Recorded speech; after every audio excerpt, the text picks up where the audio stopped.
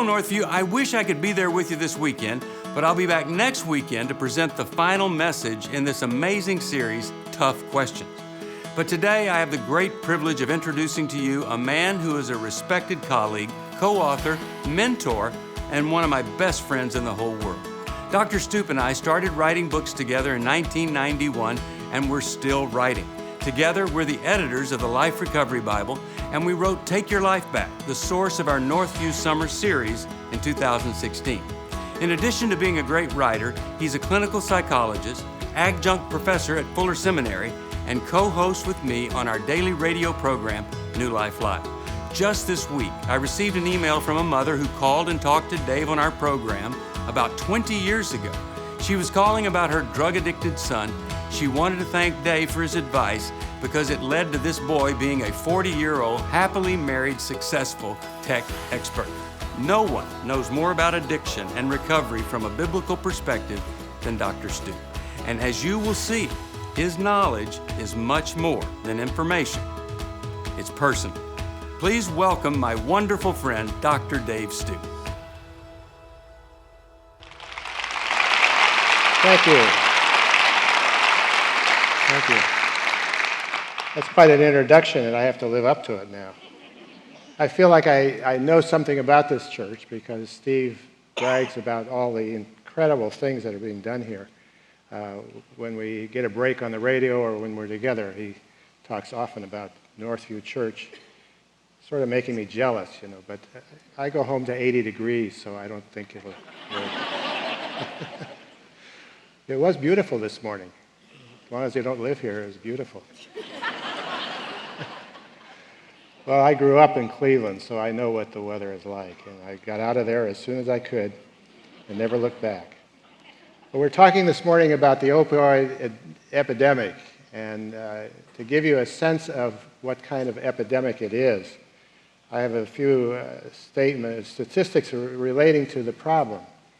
The most incredible one to me is that last year, over 60,000 people died of an overdose, a drug overdose, most of them on opioids. Now put that in context, there were that's the wrong word to use, there was over 50,000 men and women who died in the Vietnam War, which spanned a number of years. And we thought that was appalling, but the truth is that it's been surpassed now in 1 year by the opioid issue. There's a personal side to it. I have my sister's grandson, Mikey, lives in just south of Cleveland, lived just south of Cleveland, and last year he died of an overdose, and he died with the needle still in his arm. That's how quickly he died. And many are dying that way because the drug dealers are cutting heroin now, not with sugar or lactate, they're cutting it with fentanyl. And fentanyl is 50 times more potent than heroin, and it's 100 times more potent than morphine. So it's both a legal and an illegal drug. It's used legally in hospitals. It's seldom, if ever, prescribed for home use. And it's used with people who are dying in pain and great pain. But it's now being manufactured illegally in China. It's being shipped to Mexico, and Mexico, of course, brings it in with the other drugs that they bring in. But 60,000 deaths means that over 100 people are dying each day. So while this day passes, there will be 100 people in our country who die from an overdose.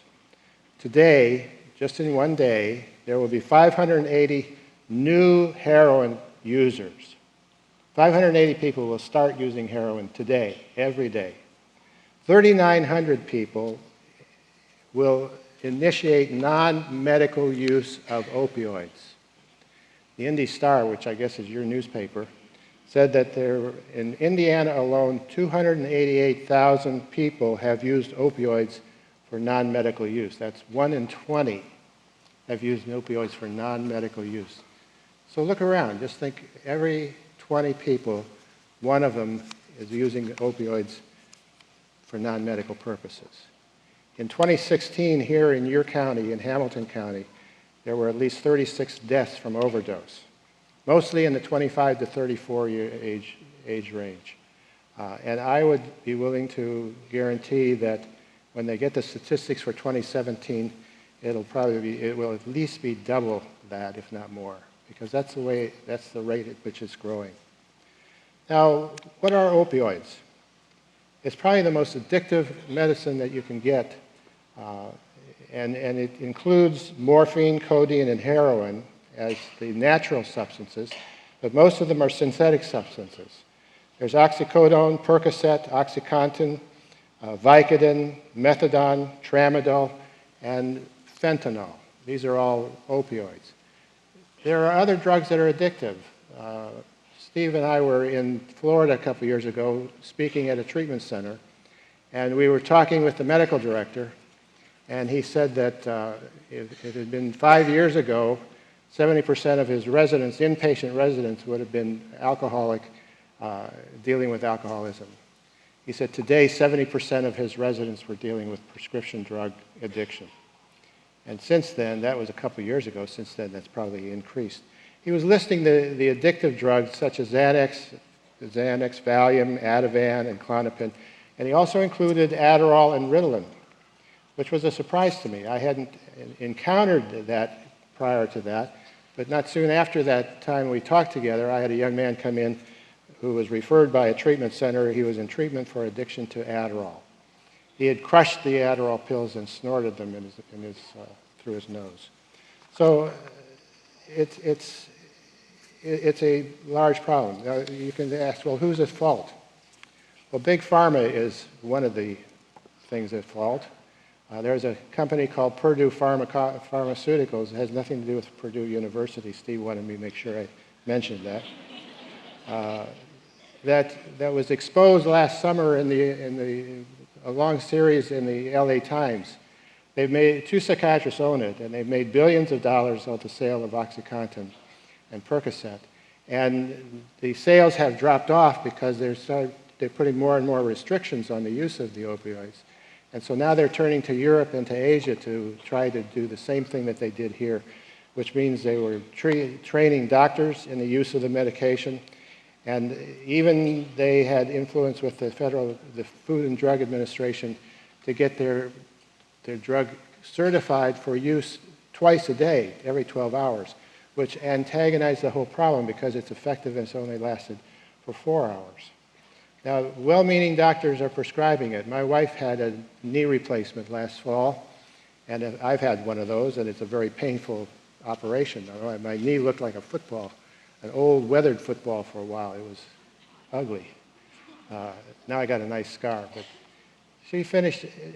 When the surgery was finished, she was sent home 2 days later with a prescription for Percocet, and the doctor gave her a prescription for 100 Percocet.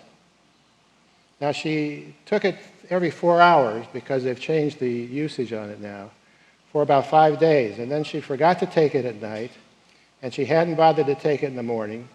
And the physical therapist was at the house, and she was starting to describe some of the internal shaking that she was feeling. And the therapist said, "You're going through withdrawal." She was taking Percocet for 5 days, and she stopped for 2 doses, and she started into a withdrawal. That's how addictive the opioids are. She said, "You need to get a less potent drug." So she called the doctor, and he gave her a prescription for 60 tramadol, which is a milder form of Percocet, and she refused to take it. So I've got a lot of Percocet and tramadol that's cheap if you need some. If you watch Blue Bloods, which is my favorite program on TV, there was a program early in December where 2 young high school students died of an overdose, and they finally traced it back to who was providing it, and it was a physical therapist who was getting all kinds of opioids from some of his physical therapy patients who didn't need them anymore, and selling them on the street. So that's a common thing. Anna Lemke, who is a medical doctor who heads up the addiction program at Stanford University Medical School, wrote a book called Drug Dealer MD, stating that a lot of the drug dealers today unknowingly are medical personnel.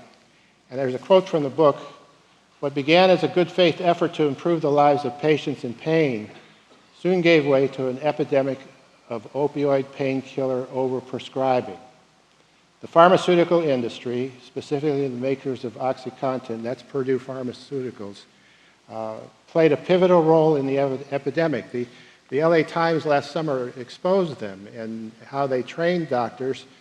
They changed the number of people in chronic pain from 25 million, which was the estimate that was common at the time, and said, no, there's 100 million people that are in chronic pain. That's almost a third of the population. And they need to be prescribed painkillers. And so they would get academic doctors to do research to validate this, and then they would go and train your doctor and my doctor in how to prescribe it, and they made a conscious effort to do it. They played a pivotal role in the epidemic. The pharmaceutical industry was able to influence doctor prescribing only by joining together with academic physicians, professional medical societies, regulating agencies like the medical boards that licensed MDs, and the Food and Drug Administration. Together, these different factions manipulated and misrepresented, deliberately or otherwise, medical science to serve their own agencies. It's interesting, on the Today Show, the current head of the Food and Drug Administration admitted fault this past week, that they were partially at fault for the epidemic that's going on today. Now, there's a personal side to this story, as Steve said in the introduction. We have a son who is a recovering heroin addict. He started when he was 13. He didn't use heroin then. He just started into drugs when he was 13. And this was back in the 80s. And I knew nothing about addictions. When I went through my doctoral program to become a psychologist, there were no courses available. There was no courses even thought necessary for addictive issues like alcoholism or drug addiction, or video game addiction now, which is an interesting phenomena. Our son started to withdraw from the family. He started to skip school. I would drive him to school because where we lived there was a lot of turmoil because of imposed busing and changing schools and that. And he would go in the front door and out the back door and hang around with his other friends who were using drugs. One of those friends introduced him to heroin on his 18th birthday. For 10 years, he struggled with heroin addiction, and we had no understanding of what was going. I took him to a counselor who also didn't know anything about addictions. And so he was counseling him on things that were totally irrelevant, just like I probably would have. And it was just no training. Now, I got my training separately, and then the boards kind of corrected it and required that there be a course on addictions and alcoholism in the training programs for psychology. And they also started offering continuing ed courses that we were required to take to renew our license. But when it started out, we had no clue what was going on, and so we just kept quiet, took them to counseling, hoping that would make a difference, and nothing changed. In fact, it got worse. We were forced to talk about it. I was embarrassed, being a shrink, you think everything's got to be in order in your own house, and it's not true, but that's what people think, and I was told by a couple of my friends. But I was teaching a large Sunday school class at the time, and like some other people I know, I prepared at the last minute. That was just my nature. It was always fresher if I did it Saturday night. And Saturday afternoon, our oldest son lent our middle son his car. Our middle son was the one we were having trouble with. And our son never came home, and the car never came home. So we spent all evening and well into the morning hours looking for him in all the places we thought he could be and looking for the car, all to no avail. And about 2 o'clock in the morning, we gave up, and I realized, I got to teach this Sunday school class at 9:30, and I am not prepared. And I was too tired to do anything about it. So I went to the class, and I was prepared to embarrass myself and be honest and admit to what was going on, and I did. I shared some of what I was going to teach on, and then I told the story of what happened the night before and what we've been through for the last couple of years with one of our kids. When the class was over, I thought, well, they'll get a new teacher next week. But they didn't. More people came up to me and shared their stories. Some that weren't very encouraging was the one, I remember one shared the story of their brother who was a wayward son, and the parents prayed for him, and the parents died, and it wasn't until after the parents died that the wayward son got himself right and straightened out his life. And I thought, I got to die before my son gets things right. See? But then others were sharing their stories, successes and failures, and understanding and supporting us. And for the first time, we felt that there was encouragement in that other people knew and stood by us. So it was a coming out that was incredible. Now, there were 2 times in the course of his heroin addiction that I set it up for God to work a miracle. I had it all set up. It was a perfect setup. I don't have time to explain to you how I did it, but trust me, it was guaranteed to work. And I think God didn't pay any attention because he was probably working with your kid, and he just ignored my kid. And nothing happened. And the second time, nothing happened. And I realized I'm not God. God is God. Who am I to be telling him what to do? And I quit. And I took to heart what I read in Isaiah 30, verse 18, where it says, "Yet the Lord longs to be gracious to you. Therefore he will rise up to show you compassion. For the Lord is a God of justice. Blessed are all who wait for him." And I figured I better wait until God decides it's time. And I did. And some people get angry at God at that point in time because God just doesn't do what they say. But I was careful because I knew God was God and he did it his way, not my way. And so I waited. We waited. Finally, Steve Arterburn suggested a program to us that was family-oriented, and we started. He had started 13 treatment programs during his journey of false recovery and not getting anything different.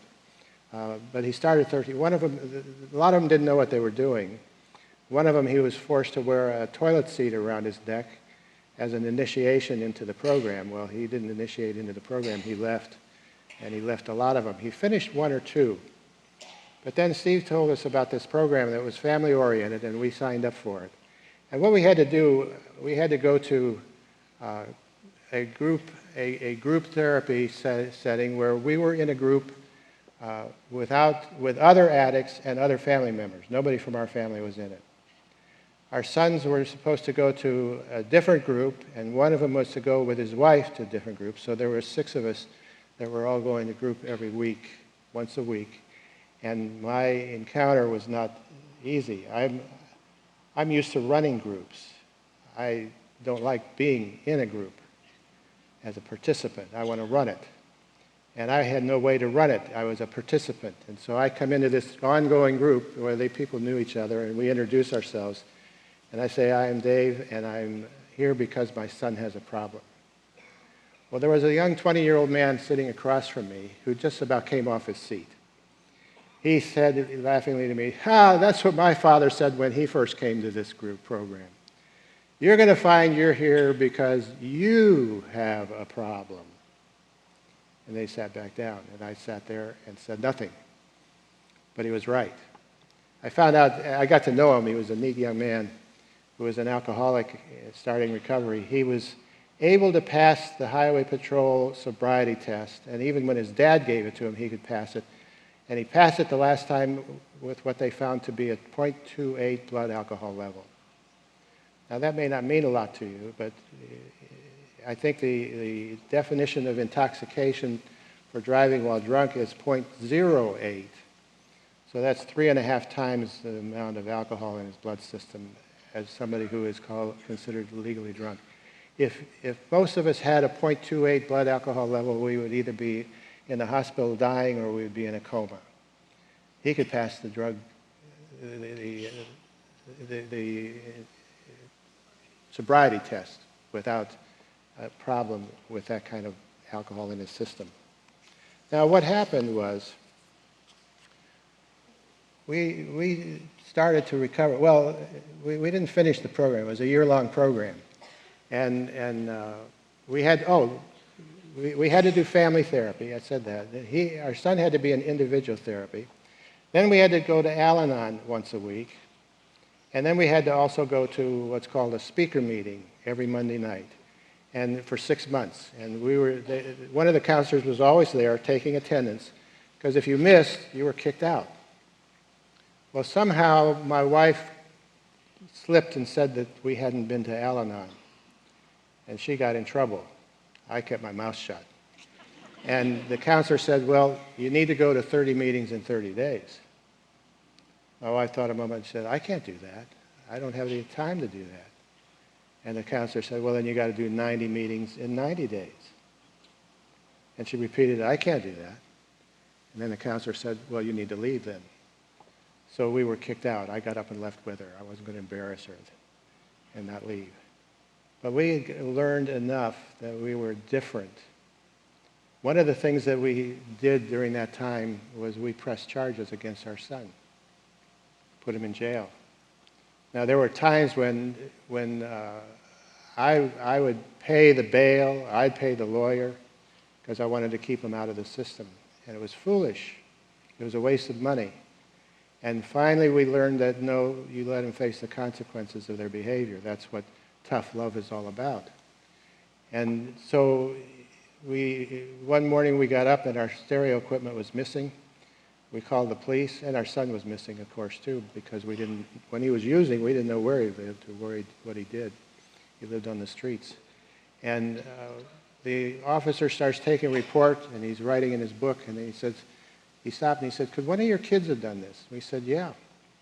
He put his pen back in his pocket and closed his book, and he said, but we're in a program that requires us to press charges if that's the case. And we have to do it because we can't not do it. So he got his pen out and finished the report, and sure enough, our son had taken the stuff and taken it to a pawn shop and hawked it. And so he ended up in jail for 6 months because I pressed charges. I couldn't have done that. The hardest thing I've ever done in my life. I couldn't have done it without the support of that group. Fortunately, we hadn't been kicked out yet. Now, he started to clean up his act, because he was learning from the program as well. And he got pretty strong, and he was working, and he bought a truck with his own money.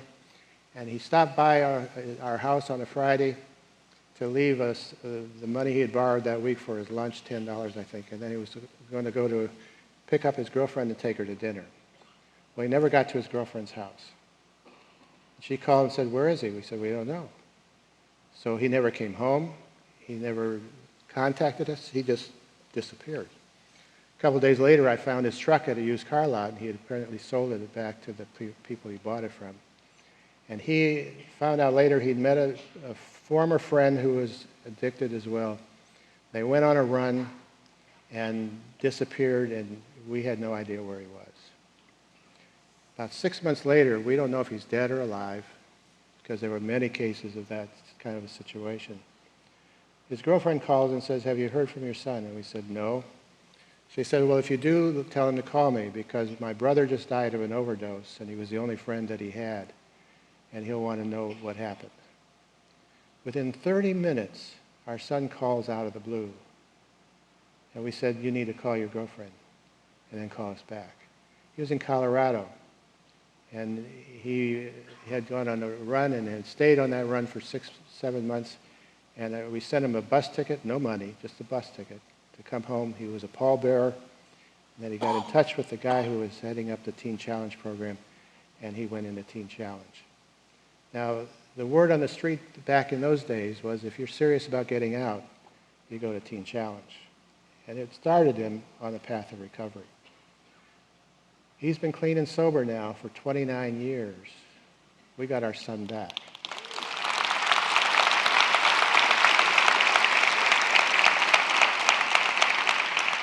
And I give all the glory to God, because I had nothing to do with it.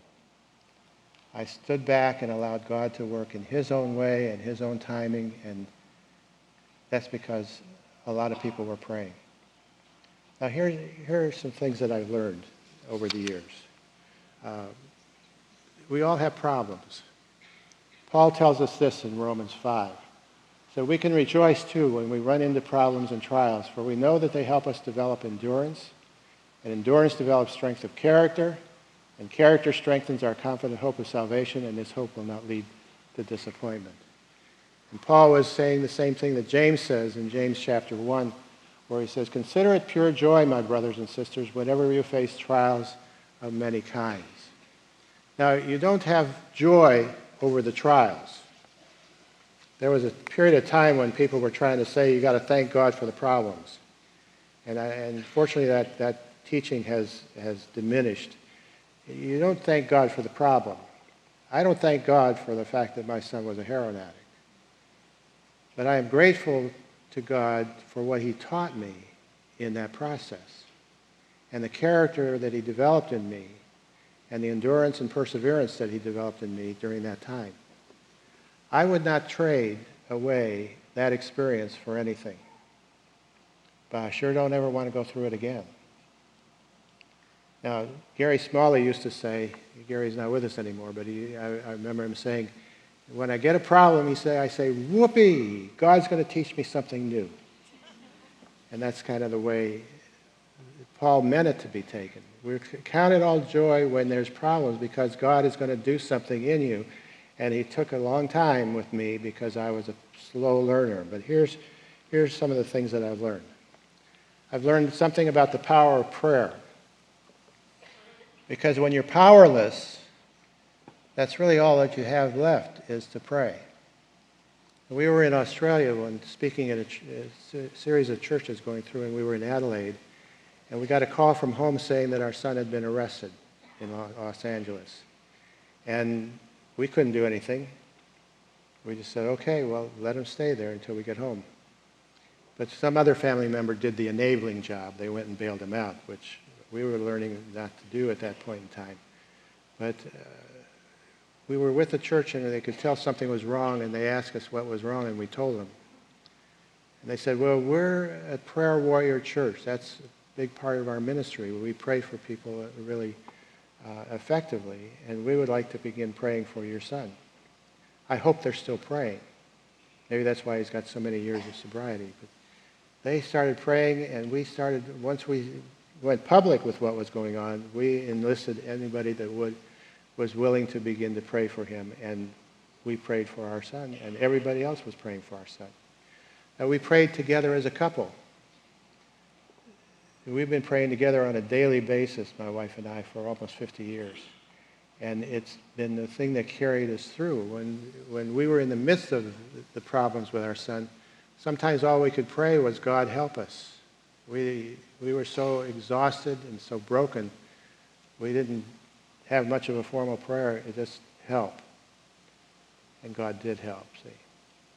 So there's a saying in AA, and it goes way back to Fenelon, who was a counselor to King Louis XVI in France, where it says, let go and let God. And you got to let go of the responsibility for it and let God deal with it. Now, we also have to learn to experience tough love. The problem in our house was whenever I was tough, my wife would get soft. I'd be firm, my wife would be easy. She would let up. She would undo whatever I would do.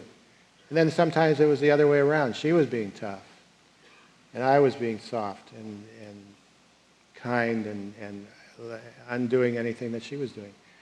Big part of what we had to learn was how to be tough and loving at the same time. What we finally told our son is, as long as you're using, you're not welcome in our home. That was hard. And if you are in recovery, you're more than welcome because we love you. And so it always has to be the dual paradoxical statement, I love you, but I will not tolerate this. And whatever they listen to, well, I know you love me. Well, but we're not going to tolerate that behavior. You got to re-emphasize the other side. Or if they say, yeah, you don't really care. No, we really love you, but we're not going to put up with that.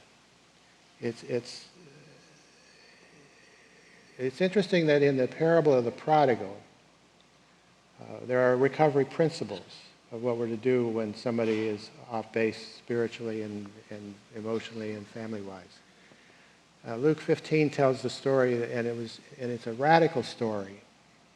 It includes things that would never happen in that culture.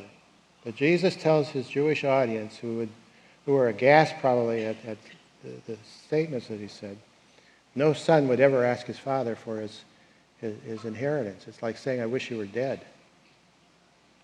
But that Jesus has the son ask for the inheritance. No father would ever give in to that request.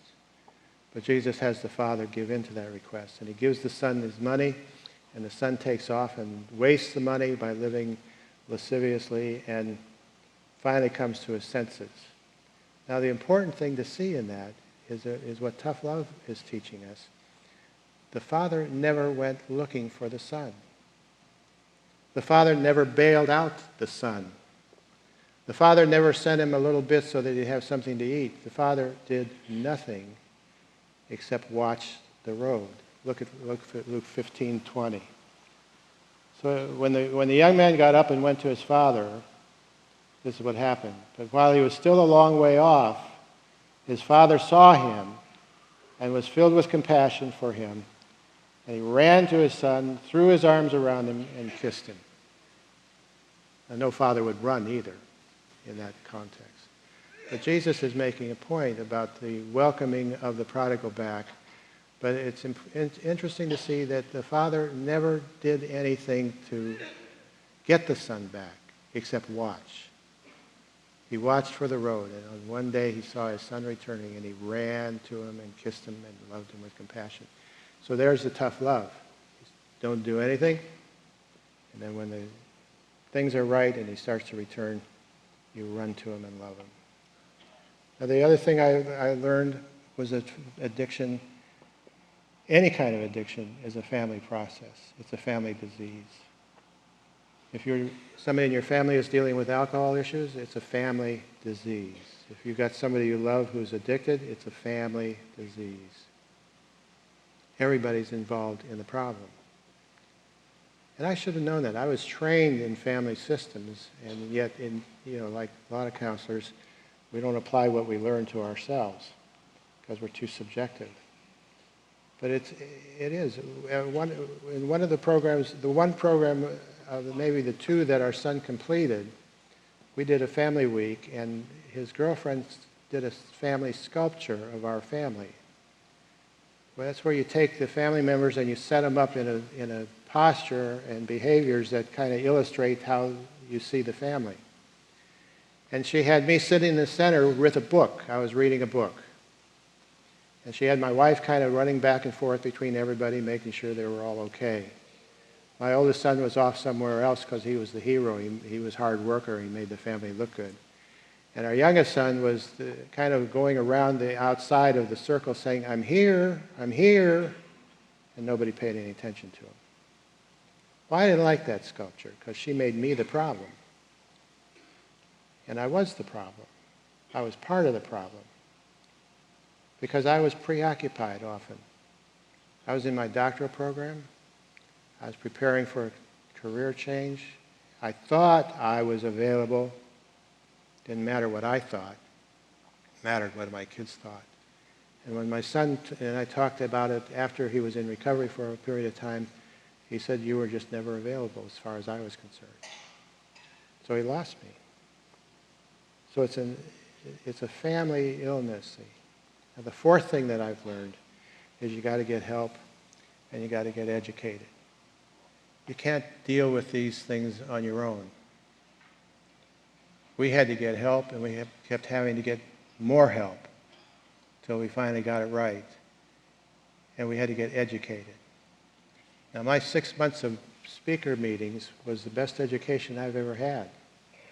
If you were to come to my office and talk to me about somebody in your family needing help with an addiction, I would say, you need to go to Hoag Hospital on Saturday nights to their speaker meeting. A lot of times hospitals that treat addiction or detox from addictions put on a speaker meeting as a means of marketing. And our local hospital does one on Saturday night, and it's high quality, and it's entertaining. It starts at 8:30, but people get there at 7:30, put their keys on the chair to get a seat because it's so well attended. I went to those speaker meetings over 30 years ago. I still remember some of the talks that I heard. One time we had a cardiologist from Loma Linda University Medical School come and shared how he had developed a current method for implanting pacemakers. I don't know if it's still in use, but if you have a pacemaker, it, in all likelihood, was implanted in your body by a procedure that this doctor invented. And he told how he invented it. He said he was called in to do this emergency implanting of a pacemaker, and he had been drinking way too much. And he went in anyway because he was on call, and he decided, since he was half drunk, to do it temporarily and come back the next morning and finish the task. So he planted the pacemaker in a temporary way, left, came back the next morning to kind of cover his mistake, and found that the way he had implanted the pacemaker the night before when he was drunk was a superior way, and it became the accepted practice. Scary, isn't it? And doctors have a problem with alcohol, a lot of them. I remember a priest, Father Joe, who told about when he was in Mexico. He was at a restaurant where out on the patio there was a fountain, and the fountain contained margaritas, and you could just take your glass and refill it as many times as you want. And he said, I had to get out of there, I couldn't handle it. And then he said, I suppose that when they put me in my coffin, when I finally die, just before they close the door, the lid of the coffin, my addiction will sit up and say, come on, Joe, let's have one more for the road. And others that were memorable. Now, if you go to, I would suggest you go to speaker meetings. Even if you don't have a problem, go to a speaker meeting. And take your family with it. If you have teenagers, take your teenagers with you to the speaker meeting. Get them educated as to what they're up against in today's addictive society. And get educated yourself and make sure that you get help. Like I said, I'm grateful to God for what I've learned. And Steve told about this lady that called after 20 years, because I said the same thing to her 20 years ago, go to speaker meetings. At a speaker meeting, you go into the meeting and you sit down. And you don't say anything. You don't say, hi, I'm here because my kid's an addict, or I'm an alcoholic. You just go in and sit down. When it's over, you get up and leave. And they have a pool of speakers that try to travel between these meetings. I had a man come in for counseling, and his wife had sent him in, and it said, my wife wants to know if I'm an alcoholic or not. And I said, well, tell me what you're doing. And he told me, I said, well, I don't know if you're an alcoholic, but what I want you to do is I want you to go to a speaker meeting. I sent him to Hoag Hospital, but he didn't go to Hoag. He got a list of meetings from AA, and he saw that there was a speaker meeting close to where he lived, and he went to that. He'd report to me each week what he was learning, and on the fourth week he came in and said, well, I guess I'm an alcoholic. I said, well, how'd you decide that? Well, I've been going to 4 speaker meetings, and I'm identifying with every one of them and saying, that's me, that's me. And so he got past the denial and was able to acknowledge the fact that he had a problem. We all need to be educated, and we all need to get help. And that's the truth. Now let me say one more thing before we have the campus pastor come out. I would never want to go through it again. It's extremely painful. The things that I did were the right things. When I did the right things, they were difficult things. They were not the easy things. But I would not want to have missed what I learned in that healing process.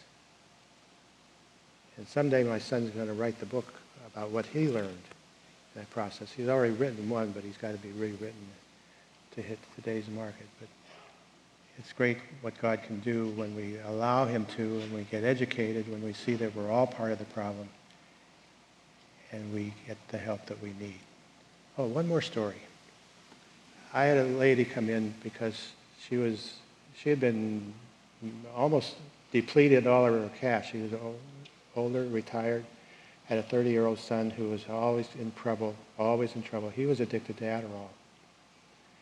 And I said, I want you to go to Al-Anon. We have a great meeting in our area on Saturday mornings at a church, and it's about 150 people come, and they're all parents. It's a parents' meeting. And they're parents of active addicts, alcoholics, or recovering addicts, alcoholics. She went once and came back and said, I'm not going back there. I said, why not? Those people don't care about their kid. I said, what do you mean? Well, they're talking to each other. They're laughing. They have a life. They don't care about their kids. I said, on the contrary, they care deeply about their kids. They just don't feel responsible for what their kids are doing. It's taken her months of going to that meeting to finally understand the reality of that. But that's the place that you learn how to do the tough love. That's the place where you get educated, and that's the place that's going to turn things around. So I urge you to go as an experiment, just for your own sake. Don't be afraid. It's time for all of us to get educated because of what's going on in our country. And nothing's going to change very quickly, because until help is available as easily for opioid addiction people as the opioids are available, it's going to be an uphill battle, and we've got a lot of work to do ahead of us. So thank you for coming today, and our campus pastor will be here in just a moment.